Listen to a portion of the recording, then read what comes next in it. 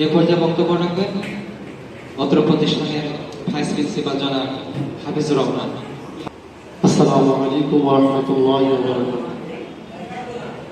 Perfect public school and college কর্তৃক আয়োজিত 2025 সালের এসএসসি পরীক্ষার বিদায় মিলাদ অনুষ্ঠানে উপস্থিত আছেন প্রধান অতিথি জনাব এলাকা সুলতান অঞ্চল perfect public school and college.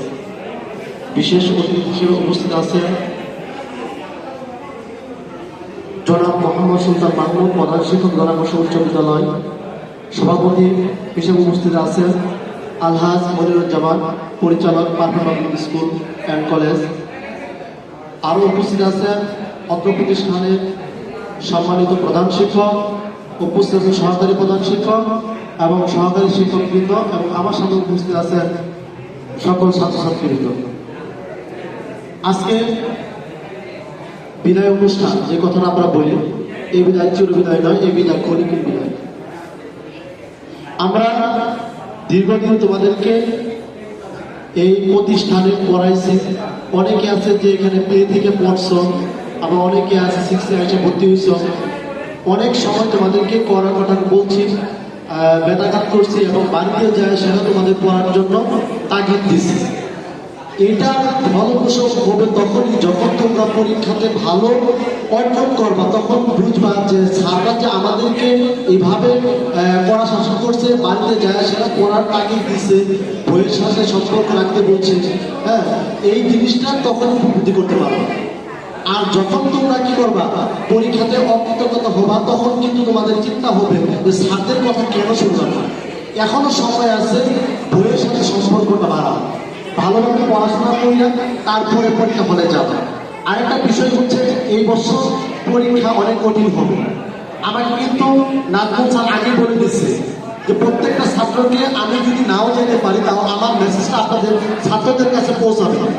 যেটা হচ্ছে এই যে কোনো ডিভাইস দিয়ে পরীক্ষা হলে যাওয়া যাবে না, এই জিনিসটার প্রতি সজাগ দৃষ্টি থাকতে হবে। আরেকটা বিষয় হচ্ছে যে পরীক্ষা হলে কোনো রকম হট্টগোল করা যাবে না। পরীক্ষা যেভাবে দিলে তোমার পরীক্ষা সুন্দর হয়, টিচাররা যেভাবে ডিকশন দেয়, টিচারদের কথা শুনতে হবে। কোনো রকম হট্টগোল করা যাবে না। যদি হট্টগোল করে তাহলে পরীক্ষা হলে মানে সমস্যা বেশি সৃষ্টি হয়, তোমাদের পরীক্ষা কঠিন হয়ে যাবে। এই জন্য ছাত্রীর সাথে সুআচার করতে হবে, ছাত্ররা যে নির্দেশন দেয় সেটাকে মানতে হবে। এই জন্য পরীক্ষা হলে সুন্দরভাবে ডিসিপ্লিন বজায় রেখে পরীক্ষা দিতে হবে। আরেকটা বিষয় হচ্ছে, অন্যের উপর নির্ভরশীল হয়ে পরীক্ষা হলে যাওয়ার চিন্তা করবে, নিজের পড়লে তারপরে পরীক্ষা হলে যায়। আমরা চেষ্টা করছি তোমাদেরকে ভালো কিছু দেওয়ার জন্য। কতটুকু তুমি নিশ্চয় সেটা তুমি ভালো চাও, আর সেটা তোমার ফলাফলের উপর নির্ভর করবে। এই জন্য এখনো বলতেছি যে যে সময়গুলো আছে হেলায় হেলায় কাটাই না দিয়া প্রত্যেক দিন পরীক্ষা হলে যাওয়ার আগে বা পর্যন্ত ভালো পড়াশোনা করবো, যদি কইরা তারপর পরীক্ষা হলে যায়। আর একটা বিষয়, আমরা এই বছর এই প্রতিষ্ঠানে আমরা 2016 সাল থেকে প্লে থেকে 5 পর্যন্ত ছিল, তারপরে আমরা 10 পর্যন্ত স্টার্ট করছি। এরপরে এই বছর আমরা কলেজ শাখা স্টার্ট করছি। তোমাদের প্রতি আমাদের আহ্বান থাকবে যে ভালো রেজাল্ট করে যেন এই প্রতিষ্ঠানে আবার তোমরা ইন্টারমিডিয়েট ফার্স্ট ইয়ারে ভর্তি হতে পারো।